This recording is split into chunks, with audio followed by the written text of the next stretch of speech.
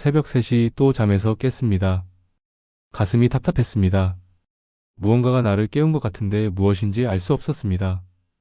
기도해야 할 것 같은데 어떤 말을 해야 할지 모르겠습니다. 하나님이 말씀하시는 것 같기도 하고 그냥 내 생각인 것 같기도 합니다. 지금 이 글을 읽는 당신도 이런 경험이 있습니까? 고개가 끄덕여진다면 오늘 이 메시지는 바로 당신을 위한 것입니다. 오늘 나는 당신에게 단 4가지 확실한 기준을 알려드리겠습니다. 이 4가지만 정확히 기억하십시오. 그러면 더 이상 혼란스럽지 않을 것입니다. 평안이 찾아올 것입니다. 확신이 생길 것입니다. 끝까지 함께 한다면 지금 당신을 괴롭히는 그 질문에 대한 답을 반드시 얻게 될 것입니다. 사실 혼란스러운 것이 당연합니다. 당신만 그런 것이 아닙니다. 하나님의 음성을 분별하지 못해서 고민한다는 것 자체가 당신이 진심으로 하나님의 뜻을 구하고 있다는 증거입니다. 무관심한 사람은 고민하지 않습니다. 당신은 지금 진지하게 구하고 있습니다. 요한복음 10장 27절에서 예수님은 이렇게 약속하십니다. 내 양은 내 음성을 들으며 나는 그들을 알고 그들은 나를 따르느니라. 보십시오. 주님의 양은 주님의 음성을 듣습니다. 당신이 주님의 사람이라면 들을 수 있습니다. 문제는 듣지 못하는 것이 아닙니다.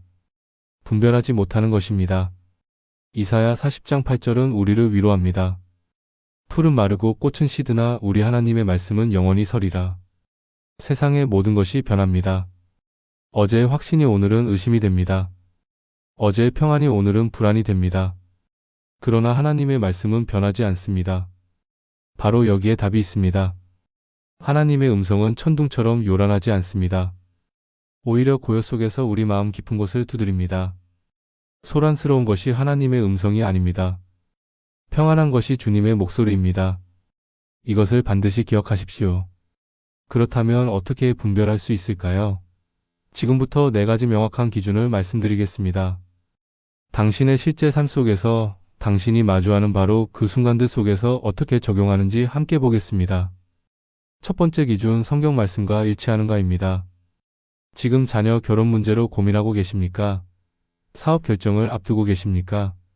직장을 옮겨야 할지 갈등 중이십니까? 이럴 때 여러 음성들이 들립니다. 이게 기회야, 지금 아니면 늦어, 저 사람은 내 원수야, 멀리해, 내 마음대로 해, 내 방식대로 밀어붙여. 잠깐 멈추십시오. 그 음성을 성경과 대조해 보셨습니까? 디모데후서 3장 16절을 보십시오. 모든 성경은 하나님의 감동으로 된 것으로 교훈과 책망과 바르게 함과 의로 교육하기에 유익하니라. 성경이 기준입니다. 성경이 잣대입니다. 성경과 맞지 않으면 그것은 하나님의 음성이 아닙니다. 실제 예를 들어보겠습니다. 어떤 집사님이 계셨습니다. 직장 상사가 계속해서 부당한 대우를 했습니다. 야근을 시키고 공로를 빼앗고 동료들 앞에서 모욕을 주었습니다. 마음속에서 복수하고 싶은 생각이 듭니다. 저 사람한테 똑같이 갚아줘야지. 나도 저 사람 약점을 찾아서 망신을 줘야지. 이것이 하나님의 음성일까요? 로마서 12장 19절은 분명히 말합니다. 원수 갚는 것이 내게 있으니 내가 갚으리라. 복수는 주님의 몫입니다. 당신의 몫이 아닙니다. 혹시 거짓말을 해야 공경에서 빠져나올 수 있는 상황이십니까? 이번 한 번만 작은 거짓말인데 뭐 이런 속삭임이 들립니까? 요한복음 8장 44절을 기억하십시오. 사탄은 거짓의 아비입니다. 거짓은 결코 하나님께로부터 오지 않습니다. 절대로 오지 않습니다. 어떤 이유로도 정당화될 수 없습니다. 또 다른 예가 있습니다. 한 권사님이 계셨습니다. 친구가 사업 제안을 했습니다. 확실히 돈을 벌 수 있다고 했습니다. 그런데 그 사업이 다단계였습니다. 친구는 말했습니다. 불법 아니야, 합법이야. 교회 사람들한테만 권하면 돼. 헌금도 많이 할 수 있잖아. 이런 음성이 하나님께로부터 올까요? 잠언 13장 11절은 경고합니다. 망령되이 얻은 재물은 줄어가고 손으로 모은 것은 늘어가느니라. 빠른 부를 약속하는 음성을 조심하십시오. 성경은 정직한 수고를 말합니다. 그러므로 어떤 음성을 듣든 즉시 성경을 펼치십시오. 일치합니까? 그렇다면 앞으로 나아가십시오. 어긋납니까? 즉시 멈추십시오. 두 번째 기준, 평안을 주는가입니다. 당신이 내린 그 결정, 밤에 잠이 오십니까? 마음이 편안합니까? 아니면 뭔가 찜찜합니까? 불안합니까? 이것이 두 번째 중요한 기준입니다. 실제 이야기를 하나 들려드리겠습니다. 어떤 청년이 있었습니다. 교회에서 찬양팀 리더 자리를 제안받았습니다. 겉으로는 좋은 기회였습니다. 사람들도 권했습니다. 내가 적임자야, 은사가 있어 해야 해. 그런데 마음 한구석이 불편했습니다. 조급했습니다. 지금 하지 않으면 안 될 것 같은 다급함이 몰려왔습니다. 여기서 멈춰야 합니다. 빌립보서 4장 7절이 약속합니다. 하나님의 평강이 그리스도 예수 안에서 너희 마음과 생각을 지키시리라. 평안은 하나님의 서명입니다. 하나님의 도장입니다. 평안이 없다면 그것은 하나님의 때가 아닐 수 있습니다. 조급함을 조심하십시오. 지금 당장 결정해 기회를 놓쳐 다른 사람한테 갈 거야. 이런 다급함은 하나님께로부터 오지 않습니다. 이사야 28장 16절은 선포합니다. 믿는 자는 급하지 아니하리로다.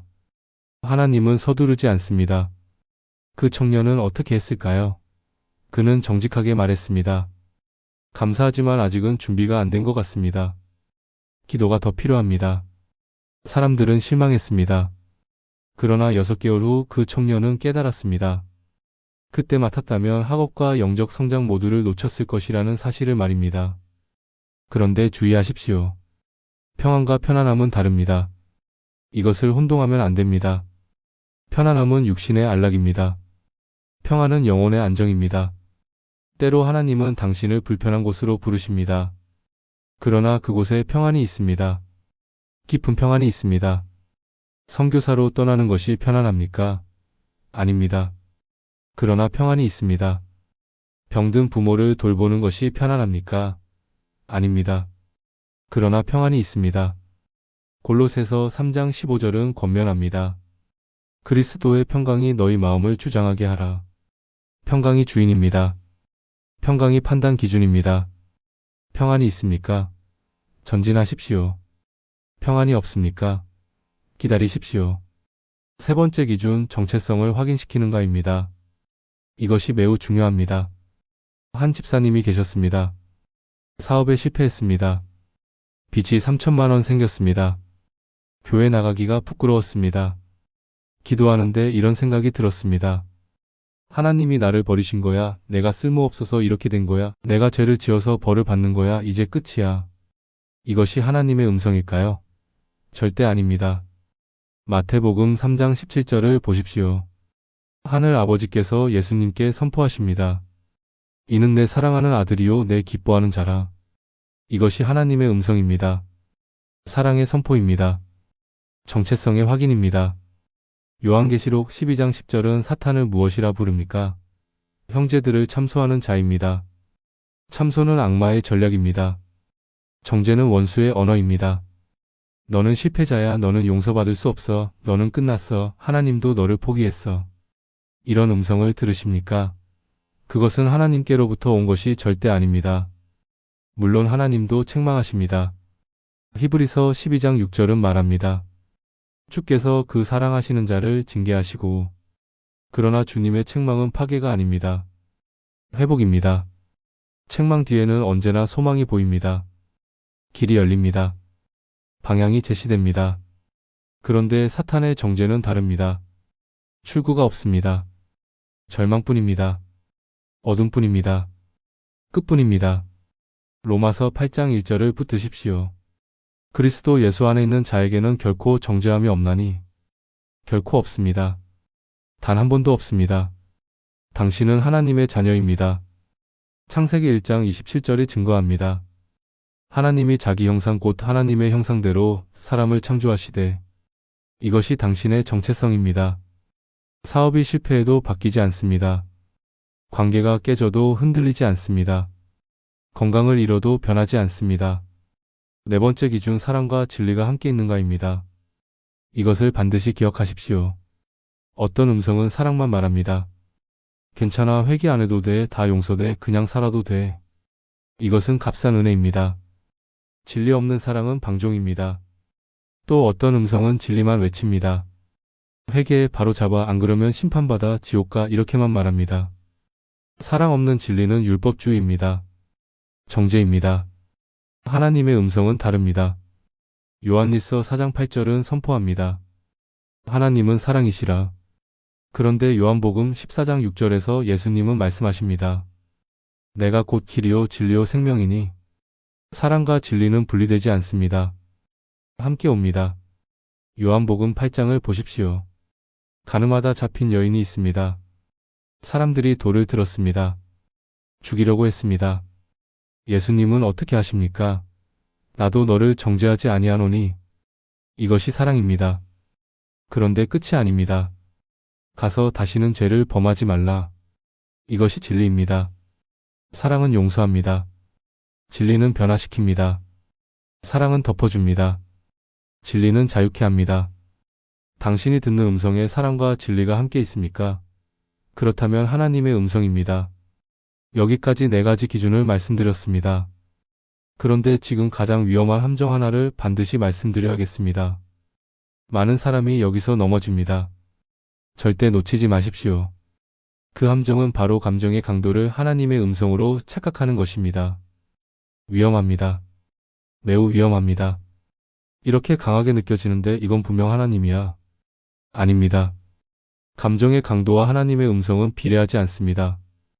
열왕기상 19장을 보십시오. 엘리야가 동굴에 있습니다. 하나님이 지나가십니다. 먼저 강한 바람이 일어나 산을 가르고 바위를 부숩니다. 그러나 바람 가운데 하나님이 계시지 않습니다. 지진이 일어납니다. 땅이 흔들립니다. 그러나 지진 가운데도 하나님이 계시지 않습니다. 불이 타오릅니다. 그러나 불 가운데도 하나님이 계시지 않습니다. 그렇다면 하나님은 어디 계셨습니까? 세미한 소리 후에 계셨습니다. 작은 음성입니다. 고요한 속삭임입니다. 하나님의 음성은 요란하지 않습니다. 조용합니다. 부드럽습니다. 강렬한 감정에 속지 마십시오. 흥분된 느낌을 하나님의 확증으로 여기지 마십시오. 하나님의 진리는 시끄러운 광장이 아니라 조용한 방에서 우리를 만납니다. 소란이 아니라 고요 속에서 주님은 말씀하십니다.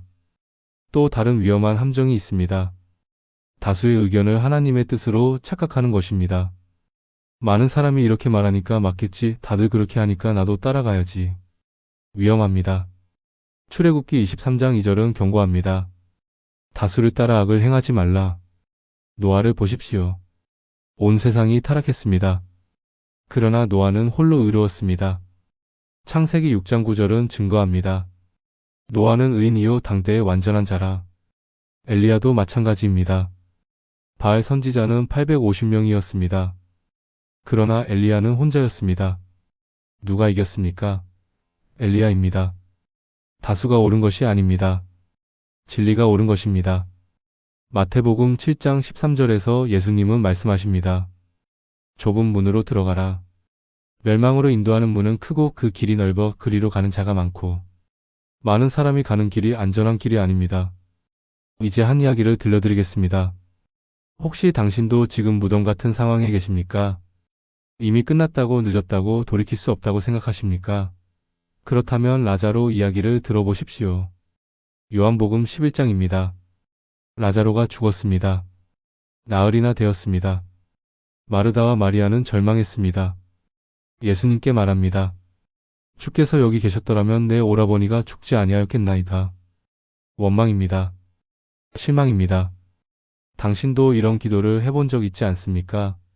주님, 왜 그때 응답하지 않으셨습니까? 왜 이렇게 늦으셨습니까? 마르다의 마음이 당신의 마음 아닙니까? 그런데 예수님은 다르게 보셨습니다. 무덤 앞에 서서 말씀하십니다. 돌을 옮겨 놓으라. 마르다가 반대합니다. 주여 죽은 지 나흘이 되었음에 벌써 냄새가 나나이다. 상식적인 판단입니다. 논리적인 우려입니다. 당신의 상황도 그렇지 않습니까? 이미 늦었어요. 이미 망가졌어요. 이미 냄새가 나요. 상식이 그렇게 말합니다. 논리가 그렇게 결론을 내립니다. 그러나 예수님은 말씀하십니다. 내가 믿으면 하나님의 영광을 보리라. 돌이 옮겨집니다. 예수님이 큰 소리로 외치십니다. 라자로야 나오라. 죽은 자가 살아납니다. 무덤에서 걸어 나옵니다. 기적이 일어납니다. 여기서 핵심을 보십시오. 예수님의 음성이 모든 상식을 뒤엎었습니다. 모든 논리를 초월했습니다. 만약 마르다가 상식만 따랐다면 기적을 보지 못했을 것입니다. 그러나 마르다는 순종했습니다. 그리고 부활을 목격했습니다. 당신의 상황도 마찬가지입니다. 하나님의 음성은 때로 상식을 넘어섭니다. 이건 말이 안 돼, 이건 불가능해. 이렇게 생각될 때가 있습니다. 그러나 불가능이 하나님의 영역입니다. 누가복음 1장 37절이 선포합니다. 하나님의 모든 말씀은 능하지 못하심이 없느니라. 지금 당신이 무덤 같은 곳에 있습니까? 사업이 무너졌습니까? 관계가 깨졌습니까? 건강이 망가졌습니까? 포기하지 마십시오. 예수님은 지금도 당신의 무덤 앞에 서 계십니다. 돌을 옮겨 놓으라 말씀하고 계십니다.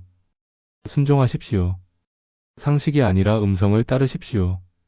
논리가 아니라 믿음을 선택하십시오. 그러면 당신도 라자로처럼 무덤에서 걸어 나올 것입니다. 이제 함께 기도하겠습니다. 따라서 읽으십시오. 소리 내어 선포하십시오. 하나님 아버지, 지금 이 순간 고백합니다. 제가 듣는 모든 음성을 주님 앞에 내려놓습니다. 말씀과 일치하지 않는 음성을 거부합니다. 평안을 주지 않는 속삭임을 끊어버립니다. 저를 정죄하는 거짓을 물리칩니다. 사랑과 진리가 함께하는 주님의 음성만 따르겠습니다. 주님, 제 길을 열어주십시오. 제 마음을 깨끗하게 하십시오. 세미한 주님의 음성을 듣게 하십시오. 그 음성에 순종하게 하십시오. 믿습니다. 주님께서 저를 인도하십니다. 주님께서 저와 함께 하십니다. 주님께서 저를 사랑하십니다. 예수님의 이름으로 기도합니다. 아멘. 오늘 당신은 4가지 기준을 배웠습니다. 말씀과의 일치, 평안의 확인, 정체성의 보호, 사랑과 진리의 균형. 이 4가지만 기억하십시오. 그러면 더 이상 혼란스럽지 않습니다. 그런데 이 메시지를 혼자만 알기에는 아깝습니다. 지금 이 순간에도 하나님의 음성을 분별하지 못해 고민하는 사람들이 있습니다. 당신의 가족일 수도 있습니다. 당신의 친구일 수도 있습니다. 이 영상을 공유해 주십시오. 구독 버튼을 눌러 주십시오. 알림을 설정해 주십시오. 이것은 단순한 구독이 아닙니다. 말씀 사역의 확장입니다. 복음 전파의 동참입니다. 당신의 작은 클릭 하나가 누군가의 영적 귀를 열 수 있습니다. 누군가의 혼란을 끝낼 수 있습니다. 오늘 배운 4가지 기준을 메모해 두십시오. 핸드폰에 저장하십시오. 결정을 내려야 할 때마다 꺼내 보십시오. 이것이 당신의 영적 나침반이 될 것입니다. 하나님은 당신을 사랑하십니다. 하나님은 당신과 소통하기를 원하십니다. 하나님의 음성은 멀리 있지 않습니다. 가까이 있습니다. 시편 119편 105절이 약속합니다. 주의 말씀은 내 발의 등이요 내 길의 빛이로다. 주님의 음성이 당신을 인도할 것입니다. 평안이 당신과 함께하기를 축복합니다. 구독과 좋아요는 더 많은 사람에게 이 메시지를 전하는 힘이 됩니다.